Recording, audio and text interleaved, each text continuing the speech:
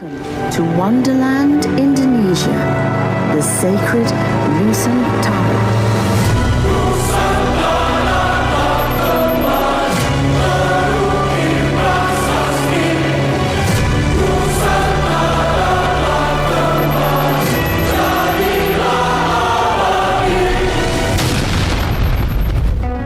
Joko Widodo atau yang akrab disapa Jokowi merupakan Presiden Republik Indonesia ke-7 yang memimpin Indonesia selama 2 periode, sejak 20 Oktober 2014 hingga 20 Oktober 2024. Selama 1 dekade memimpin Indonesia, Jokowi telah melalui berbagai tantangan besar, mulai dari perlambatan ekonomi global, pandemi COVID-19, hingga dinamika politik nasional yang terus berubah.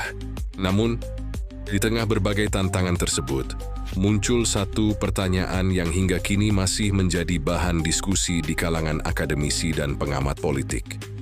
Benarkah Jokowi telah berubah dari sosok yang pernah disebut sebagai presiden terlemah, menjadi salah satu presiden dengan pengaruh politik paling kuat dalam sejarah Indonesia pasca reformasi?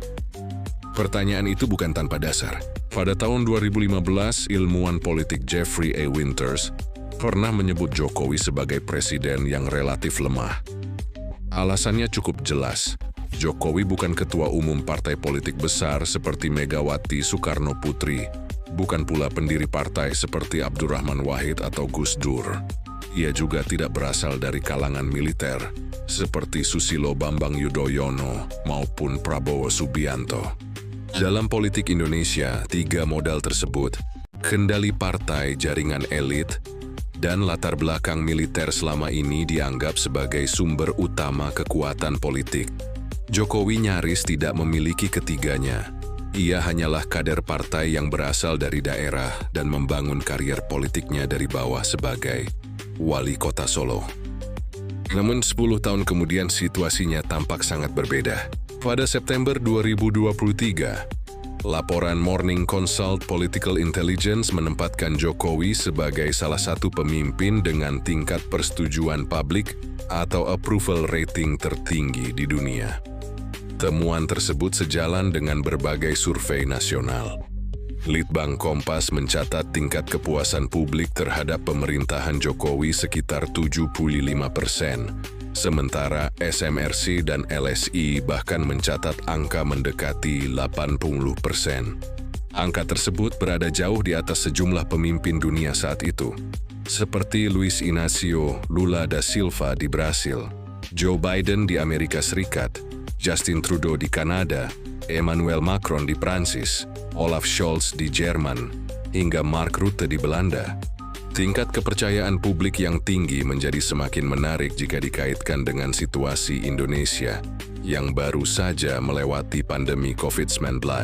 Di tengah krisis yang menghantam hampir seluruh sektor kehidupan, pemerintahan Jokowi dinilai mampu menjaga stabilitas politik, sehingga tidak terjadi gejolak sosial maupun politik dalam skala besar. Bagi sebagian pengamat, kondisi tersebut menunjukkan bahwa posisi politik Jokowi justru semakin kokoh. Fenomena ini juga mendapat perhatian dari Profesor Greg Feely dari Australian National University. Dalam tulisannya di East Asia Forum, Feely menggambarkan pemerintahan Jokowi berada pada 2 kecenderungan yang berjalan bersamaan. Pertama, semakin menguatnya posisi politik presiden. Kedua, munculnya kekhawatiran mengenai kemunduran kualitas demokrasi dan perlindungan hak asasi manusia. Pandangan tersebut muncul dari sejumlah kebijakan pemerintah yang menuai perdebatan. Misalnya, pembubaran organisasi seperti Hizbut Tahrir Indonesia atau HTI dan Front Pembela Islam atau FPI yang oleh sebagian pihak dipandang sebagai langkah menjaga stabilitas negara, sementara pihak lain menilainya sebagai penyempitan ruang demokrasi. Perdebatan serupa juga muncul dalam proses pengesahan Undang-Undang Cipta Kerja melalui mekanisme Omnibus Law. Kritik yang berkembang saat itu bukan semata mengenai substansi aturan, tetapi juga proses pembentukannya, yang dinilai oleh sebagian kalangan belum sepenuhnya mencerminkan partisipasi publik yang luas. Isu mengenai kebebasan sipil juga sempat mengemuka dalam sejumlah konflik agraria, termasuk sengketa di Desa Wadas. Semua itu menunjukkan bahwa menguatnya posisi politik seorang presiden tidak selalu dipandang dengan cara yang sama. Ada yang melihatnya sebagai keberhasilan menjaga stabilitas pemerintahan, sementara yang lain memandangnya sebagai tantangan bagi kualitas demokrasi. Bagaimana menjelaskan perubahan posisi politik Jokowi? Sejumlah teori politik dapat membantu membaca fenomena tersebut. Thomas Hobbes menjelaskan bahwa kekuasaan politik sangat bergantung pada kemampuan seorang pemimpin membangun dominium atau controlling power, yaitu kemampuan mengendalikan keadaan, sehingga keputusan-keputusan politik dapat dijalankan secara efektif. Sementara Carl Schmitt menekankan pentingnya constituent power, yaitu legitimasi yang berasal langsung dari rakyat melalui dukungan politik yang kuat. Jika menggunakan dua kerangka tersebut, Jokowi tampak memiliki modal legitimasi yang sangat besar, popularitas yang tinggi, serta tingkat penerimaan publik yang luas membuat legitimasi politiknya tetap terjaga selama masa pemerintahannya.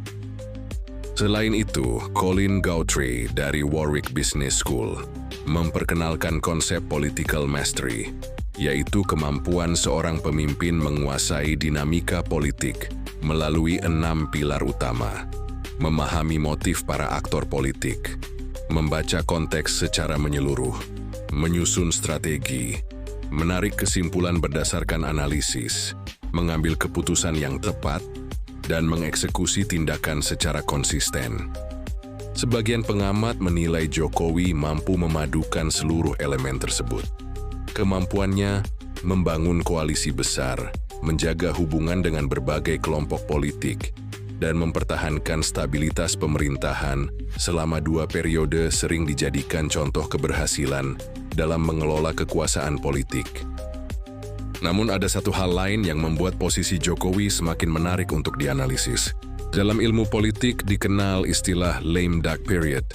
Fenomena ini menggambarkan kondisi ketika seorang presiden yang telah memasuki akhir masa jabatan keduanya mulai kehilangan pengaruh politik karena secara konstitusional tidak dapat lagi mencalonkan diri.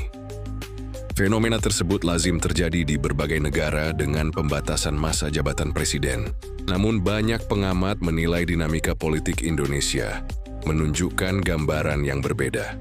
Setelah Pilpres 2024, putra sulung Jokowi, Gibran Rakabuming Raka, terpilih sebagai wakil presiden mendampingi Prabowo Subianto sebagai presiden.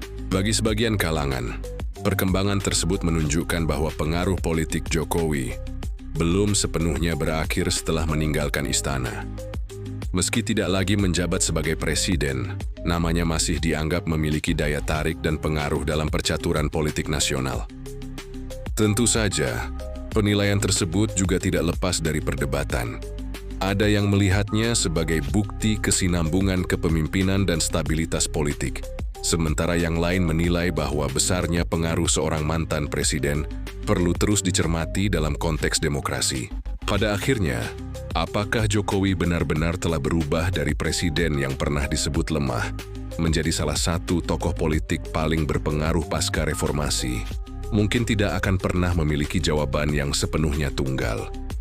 Sejarah politik selalu terbuka terhadap berbagai tafsir.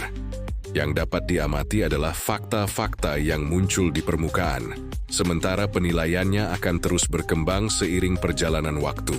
Seperti pernah diungkapkan oleh filsuf Friedrich Nietzsche, tidak ada fakta yang sepenuhnya berdiri sendiri. Yang ada adalah berbagai interpretasi terhadap fakta tersebut. Karena itu, perjalanan pengaruh politik Jokowi setelah tidak lagi menjabat sebagai presiden masih akan menjadi salah satu bab paling menarik dalam sejarah politik Indonesia.